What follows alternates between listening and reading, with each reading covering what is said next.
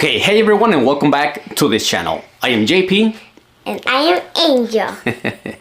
We practiced that for like 30 minutes. And I'm gonna show you a video that I have actually done before, but it was one of my first videos and I used music that I wasn't supposed to. I didn't know any better. It got copyrighted, so instead of fighting it, I decided to just delete it since it was actually the setup, well, the old setup of my voice force dragon, my female. And ever since I got the male, which I can actually show you right now, because this guy looks amazing. And he's a jumper. Look at this guy.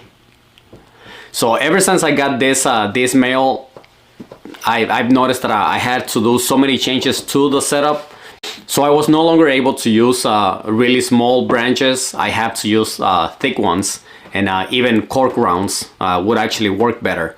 But thanks to my buddy and actually owner, like real owner of this male, he actually sent me some really nice wood. He called it cypress knees, which is a really nice thick piece of wood, and it is actually perfect for these guys.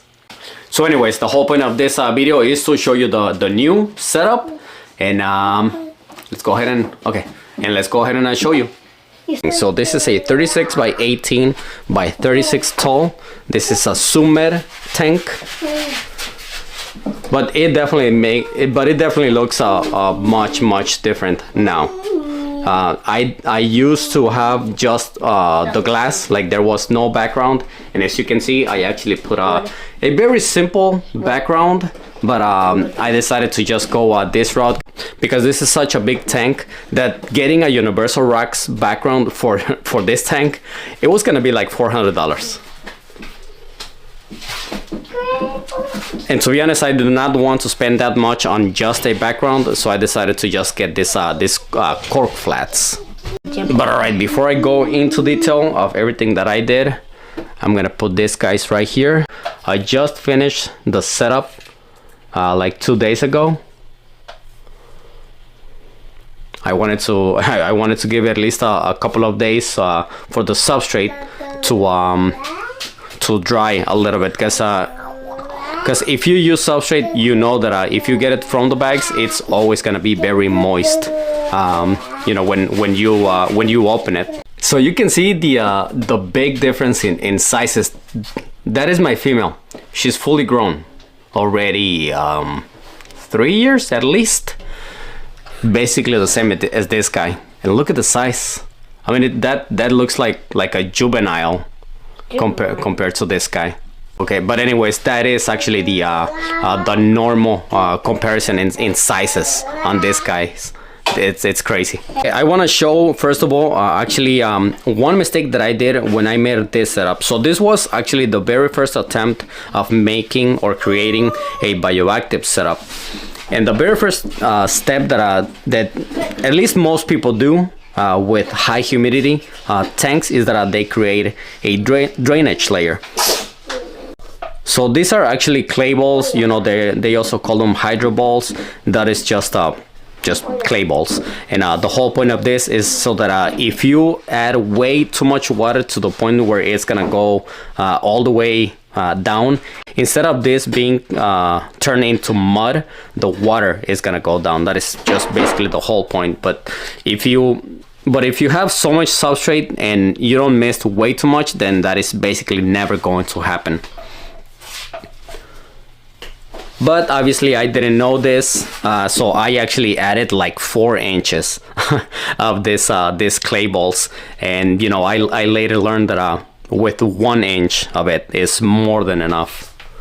And the second step, I don't know if you can actually see it, but this line right here, so that is actually window screen, and that is something that you put in the entire setup, obviously the bottom right on top of the clay balls, and that is so that you can keep the substrate away, or not away, but from falling into the clay balls. So I just put that. I put a couple of flagstones on the sides so that it's very easy to keep this very straight. And actually, before adding the substrate, what you always want to do is actually make sure that you have all the wood very sturdy. you gotta make sure that it will never fall. So you know, I played with this a lot. It was definitely what it took me the longest. You want to make sure that you have it in a way to where they're able to go all around very easy. They're not gonna be getting stuck into this. This was actually a whole piece, and I decided to cut it. It's actually cut into 3 different places, kind of creating a small tunnel.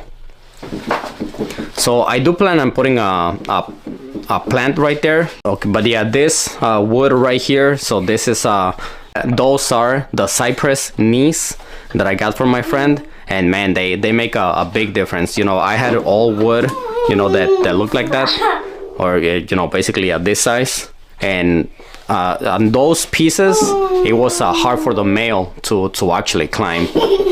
So once I made sure that all the wood was very sturdy, it was not going to fall. You know, that is the last thing that I want. Then after that, I added all the substrate, and the substrate, to be honest, it is basically 90% topsoil. You know, topsoil is already mixed with several substrates. So to be honest, I noticed that you do not need to, you know, add so much sand or so much of other stuff. I did add, you know, as you can see, a little bit of eco earth, and that will eventually just dissolve basically. Now obviously I added, I don't know, maybe I'm gonna say like 3 inches of substrate, and then after that, that's when I put the plants. Now in my first setup, I did have like 4 different kinds of plants, and only 2 plants you know, did good. A Schefflera, which is an umbrella plant that was actually so, you know, that actually grew so much that it actually bent a little bit. So the only plant that I did really well was actually one of these little bonsai trees. So these are not the you know, the super expensive bonsai trees. So yeah, I decided to basically just go the safe route, and I'm gonna end up getting like 3 or maybe even 4 of these little bonsai trees. It all depends on how these plants do. So this was okay. So this is a new plant for me. This is a Dracaena, not Macarena, Dracaena. So I'm going to you know, to put a picture right there, because I have definitely heard about it, but this is the first time that I see it available in the store. So I definitely went for it. But yeah, as I was saying, you know, I do plan on putting another little bonsai tree right there. And if these plants do not make it, then they will be changed for other 2 bonsai trees. Now what I am kind of hoping is that you know, this will grow to the point to where, you know, they're gonna cover this bottom part of the tank. But yeah, after the plants, you know, all you do is just basically add something that is gonna keep the moisture basically in the substrate. So something like leaves is actually going to keep that moisture. So that is what's going to help keep it moist. And aside from that, you know, it is also basically the best way for the cleanup crew to actually hide and be able to move around, you know, because otherwise these guys, especially that girl, she will definitely eat all the isopods that she can. Now I haven't actually added the cleanup crew yet, but I will. You know, in the setup where they were, I have so many dairy cows that I don't even need to buy anymore. I'm just going to add a couple of pieces of cork that I have in that other setup into here, and that's gonna give me maybe like 40 isopods. So all I have to do is actually add springtails, and that is normally just what I choose for my cleanup crew. Once I get super worms, then I will throw, you know, like 5 or 6 into here, and maybe a month later I'm gonna see all the beetles you know, going around. And of course the whole point of that cleanup crew is for them to actually eat the poop from these guys. But yeah, for the lights, I do have actually 3 lights. Now these guys, they are known for not needing extra heat, which is something that not many gametes are known for. But actually my buddy did provided a hotspot for this guy. So, you know, if he was offering it, then I decided to do the same. You know, something very simple to where, you know, that top is basically gonna be in the 85s.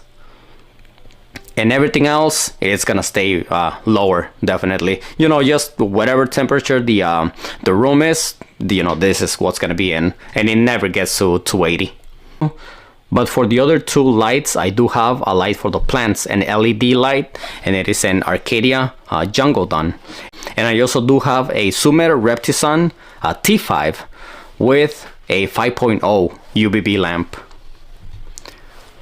So I would definitely consider that UVB light a must for this, guys. And of course, all those lights, you know, they will turn off at night. They will stay on for 12 hours and stay off for 12 hours. Okay. But yeah, actually the last thing that I am going to add is a small dish. Now, what I am kind of hoping that it will happen, you know, the way that I kind of thought about this is to leave the center completely open, so that when the female wants to lay eggs, hopefully she will choose that every single time. Are you okay there? Yeah? Okay. So yeah, I am actually going to put this right here. Now this, you know, does not stop them from running through here. You know, that is super simple for them to just walk over. Ah, man, look, holy crap, man. That size comparison is just insane. Well, alright guys, I'm going to close this these doors because the humidity is escaping, and humidity is very important for these guys. You do not want it to be dropping to 50s. The goal is definitely to breed them. Now, I just need for this guy to put a little more effort, because if he doesn't chase her, then there's no way that she's gonna let him. But alright guys, thank you so much for watching. If you guys enjoyed this video, you guys know what to do. I really hope that you guys enjoyed it, and I will see you next week.